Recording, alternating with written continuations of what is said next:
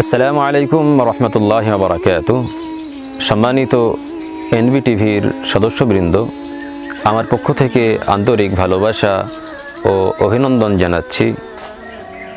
আজকে একটি ইম্পর্টেন্ট বিষয় আপনাদের সম্মুখে আলোচনা করব, আর সে বিষয়টা হচ্ছে অনেকেই নামাজ, রোজা, দান, খায়রাতের নেকি নিয়ে কাল কিয়ামতের দিনে উপস্থিত হবে, কিন্তু এত দান, খায়রাত, রোজা বা নামাজের নেকি নিয়ে উপস্থিত হয়েও তাকে জান্নাত হারিয়ে জাহান্নামে চলে যেতে হবে। তো সেই সব দুর্ভাগ্যবান ব্যক্তি কারা? হাদিসটি আবু হুরায়রা রাদিয়াল্লাহু আনহু থেকে বর্ণিত। একদিন আল্লাহ রাসূল সাল্লাল্লাহু আলাইহি ওয়াসাল্লাম সাহাবাদেরকে জিজ্ঞাসা করছেন, আতাদরুনা মাল মুফলিস? হে সাহাবারা, তোমরা বলো মুফলিস কারা? আতাদরুনা মাল মুফলিস, তোমরা কি জানো মুফলিস কারা? কারা নিঃস্ব, দেউলিয়া? ক্বালু আল মুফলিসু ফিনা মান লা দিরহাম লাহু ওয়া লা মাতা। সাহাবীরা বললেন, হে আল্লাহর রাসূল সাল্লাল্লাহু আলাইহি ওয়াসাল্লাম, আমাদের মধ্যে মুফলিস, দেউলিয়া বা নিঃস্ব হচ্ছে তারা, মান লা দিরহাম লাহু ওয়া লা মাতা, যার টাকা পয়সা নেই, কোনো ধনসম্পদ নেই, এই ব্যক্তিই হচ্ছে মুফলিস। অর্থাৎ রাসূলুল্লাহ সাল্লাল্লাহু আলাইহি ওয়াসাল্লাম যখন সাহাবাদের কাছে জানতে চাইলেন মুফলিস কারা, যখন আল্লাহ রাসূল সাল্লাল্লাহু আলাইহি ওয়াসাল্লাম সাহাবাদেরকে জিজ্ঞাসা করলেন, তোমরা বলো দেউলিয়া, নিঃস্ব, একদম কিচ্ছু নেই, এই ব্যক্তি কারা? তো সাহাবারা বললেন, হে আল্লাহ রাসূল সাল্লাল্লাহু আলাইহি ওয়াসাল্লাম, আমাদের মধ্যে তো মুফলিস তারাই, যাদের কোনো টাকা পয়সা, ধনসম্পদ কিচ্ছু নেই, এরাই হচ্ছে মুফলিস। আল্লাহ রাসূল সাল্লাল্লাহু আলাইহি ওয়াসাল্লাম তখন তাদেরকে বললেন, ইন্নাল মুফলিসা মিন উম্মতি মান ইয়াতি ইয়াউমাল কিয়ামাতি বিসালাতিন ওয়া সিয়ামিন ওয়া যাকাহ। আমার উম্মতের মধ্যে মুফলিস হচ্ছে তারা যারা কিয়ামতের দিনে নামাজের নেকি, রোজার নেকি, দান খায়রাতের নেকি, যাকাতের নেকি নিয়ে উপস্থিত হবে।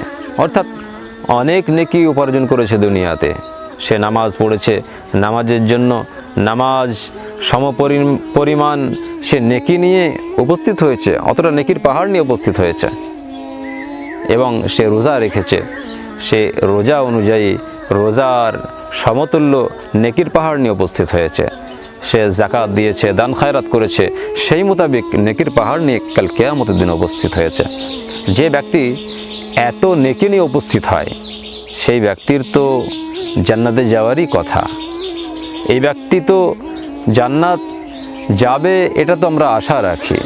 এবং যিনি এতটা নেকি করে গেছেন, তিনিও আশা রাখেন যে আমি দুনিয়াতে 5 ওয়াক্ত নামাজ ঠিকঠাক পড়েছি, আমি দুনিয়াতে রোজা রেখেছি, ফরজ রোজা, নফল রোজা, অনেক রোজা রেখেছি, দান খায়রাত করেছি, যাকাত দিয়েছি, তাহলে আমি এত কাজ করেছি, তাহলে তো আমি জান্নাতেই যাব, এই আশা তো সে দুনিয়াতে রেখেছে। আল্লাহ রাসূল সাল্লাল্লাহু আলাইহি ওয়াসাল্লাম বলছেন, এই ব্যক্তি এতটা নেকি নিয়ে উপস্থিত হয়েছে, কিন্তু মান ইয়াতি ইয়াউমাল কিয়ামাতি বিসালাতিন ওয়া সিয়ামিন ওয়া যাকাহ ওয়া ইয়াতি ক্বাদ শাতামা হাযা ওয়া ক্বাযাফা হাযা, কিন্তু সে দুনিয়াতে কাউকে গালিগুলোজ করেছিল, কাউকে অন্যায়ভাবে অশ্লীল কথাবার্তা বলেছিল, কাউকে আঘাত দিয়েছিল। এই ব্যক্তি দুনিয়াতে নামাজ পড়েছে, রোজা রেখেছে, দান খায়রাত করেছে, যাকাত দিয়েছে, সব কিছু করেছে, কিন্তু শাতামা হাযা, এই ব্যক্তি কাউকে গালিগুলোজ করেছে। আমাদের মাঝে অনেক মানুষ আছে, আমাদের মুসলিম সোসাইটিতে অনেক মানুষ এমন আছে, অন্যায় অশ্লীল কথাবার্তা বলে, কাউকে গালিগুলোজ করে, আঘাত করে, কাউকে এমন কিছু কথা বলে যে ব্যক্তি অনেক মানুষের সম্মুখে সে বড় লজ্জিত হয় যে আমাকে এই ধরনের কথা শোনালো। সেই ব্যক্তি কিছু বলতে পারে না যে আল্লাহ তুমি এর বিচার করো। এরকমভাবে আমাদের সমাজে অনেক মানুষ আছে, কিছু মানুষকে আমরা আঘাত করি, তাকে আমরা গালিগুলোজ করি, অশ্লীল কথাবার্তা বলি। ওয়া ইয়াতি ক্বাদ শাতামা হাযা ওয়া ক্বাযাফা হাযা, এবং কোনো ব্যক্তি কারো প্রতি অপবাদ লাগিয়েছে। কোনো ব্যক্তি হয়তো সে কোনো চুরির কেসে জড়িত নয়, এমন কিছু কাজ করেনি, কিন্তু তার উপরে সেই অপবাদটা লাগানো হচ্ছে যে না, এই ব্যক্তি এই কাজ করেছে, চুরি করেছে, এই ব্যক্তি জেনা করেছে, এই ব্যক্তি এই অন্যায় কাজটা করেছে, আমি দেখেছি, অথচ সেই ব্যক্তি ও কাজে লিপ্তই ছিল না, ওই কাজ করেইনি, তার উপরে অপবাদ লাগানো হচ্ছে।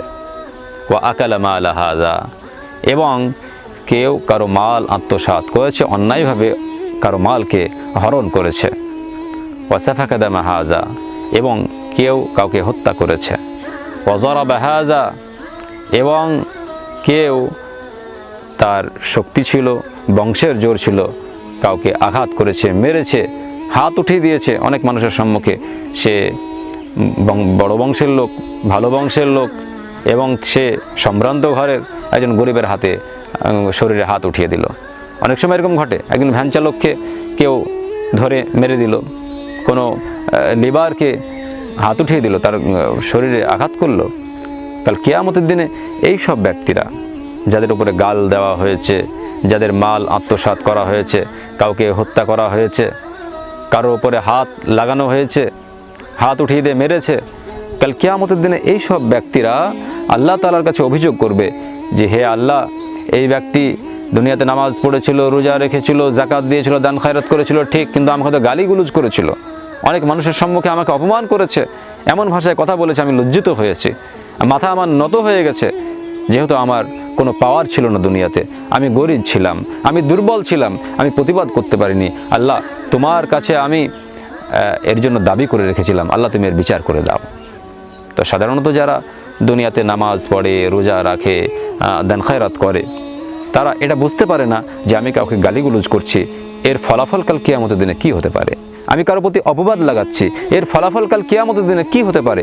আমি কারো মাল আত্মসাৎ করছি, মালকে হরণ করছি, অন্যায়ভাবে মালকে আমি আত্মসাৎ করে নিচ্ছি, আমি কারো জমিকে জোর করে দখল করে নিচ্ছি, কিয়ামতের দিনে এর শাস্তি কী হতে পারে। এইসব বিষয়গুলো আমরা বোঝার চেষ্টা করি না। একজন গরিব মানুষ, ভ্যান চালক, একজন লিবার শ্রেণীর লোক, তার উপর আমি হাত উঠিয়ে দিচ্ছি, তাকে মারছি, কিন্তু কাল কিয়ামতের দিনে এর পরিণাম কী হতে পারে, এই বিষয়গুলো আমরা জানছি না।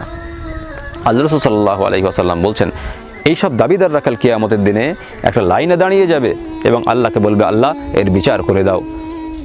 যে ব্যক্তি গালিগুলোজ করেছিল, নামাজ পড়ে, রোজা রেখে, দান খায়রাত করে, এই ব্যক্তির নেকিগুলো আল্লাহ তাআলা ফেরেশতাকে বলবেন, ওর নেকিগুলো কাটো এবং যাকে গালি দেওয়া হয়েছিল ওর ওপরে চাপাও। তাহলে যে ব্যক্তি নামাজ, রোজা, দান খায়রাত অনেক কিছু দুনিয়া থেকে করে গেছে, করে বিদায় গ্রহণ করেছে, এর নেকিগুলো কাটা হবে। আর যারা লাইনে দাঁড়িয়ে আছে, যাদেরকে গালিগুলোজ করেছে, যাদের প্রতি অপবাদ লাগানো হয়েছে, এদের ওপরে একটা একটা করে চাপানো হবে, নেকিগুলো আল্লাহ তাআলা ওদেরকে দেবেন।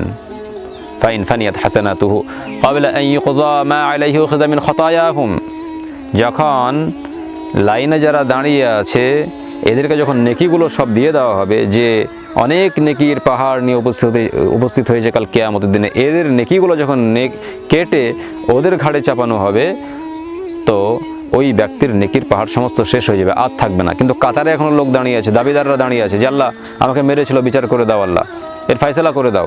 এখনও ওরা দাঁড়িয়ে আছে, ওদের বিচার এখনও হয়নি, আর এদিকে ওর নেকি সমস্ত শেষ হয়ে গেছে। আল্লাহ রাসূল সাল্লাল্লাহু আলাইহি ওয়াসাল্লাম বলছেন, তারপরে আল্লাহ তাআলা ফেরেশতাদেরকে বলবেন, যারা এখনও লাইনে দাঁড়িয়ে আছে দাবি নিয়ে, ওদের গুনাহগুলোকে কাটো, ওদের গুনাহগুলোকে নিয়ে ওই ব্যক্তির ঘাড়ে চাপাও, যে ব্যক্তি নেকির পাহাড় নিয়ে উপস্থিত হয়েছিল, অনেক নেকি নিয়ে গেছে, তার ঘাড়ে চাপিয়ে দাও। ফাইন ফানিয়াত হাসানাতুহু ক্বাবলা আন ইউকযা মা আলাইহি উখযা মিন খতায়াহুম ফাতুরিহাত আলাইহি সুম্মা তুরিহা ফিন নার, অতঃপর তাকে জাহান্নামে নিক্ষেপ করা হবে। আল্লাহ রাসূল সাল্লাল্লাহু আলাইহি ওয়াসাল্লাম বললেন, এই ব্যক্তি হচ্ছে নিঃস্ব, এই ব্যক্তি হচ্ছে দেউলিয়া, যে ব্যক্তি কাল কিয়ামতের দিনে অনেক নেকি নিয়ে গেছে, কিন্তু তার বদ অভ্যাসের জন্য, তার অন্যায় অশ্লীলতার জন্য, তার গালিগুলোজের জন্য কাল কিয়ামতের দিনে তার সমস্ত আমল বরবাদ হয়ে যাবে, শেষের বেলা দেখে জাহান্নামে চলে যেতে হবে। অতএব আমাদেরকে সতর্ক থাকতে হবে। আমাদের যে নেকিগুলো আছে, এই নেকিগুলো নিয়ে কি আমরা কাল কিয়ামতের দিনে টিকাতে পারবো? আমরা কি আমাদের নেকিগুলো রাখতে পারবো? আমরা নেকি দ্বারা কি জান্নাতে যেতে পারবো? এই বিষয়গুলো আমাদেরকে মাথায় রাখতে হবে।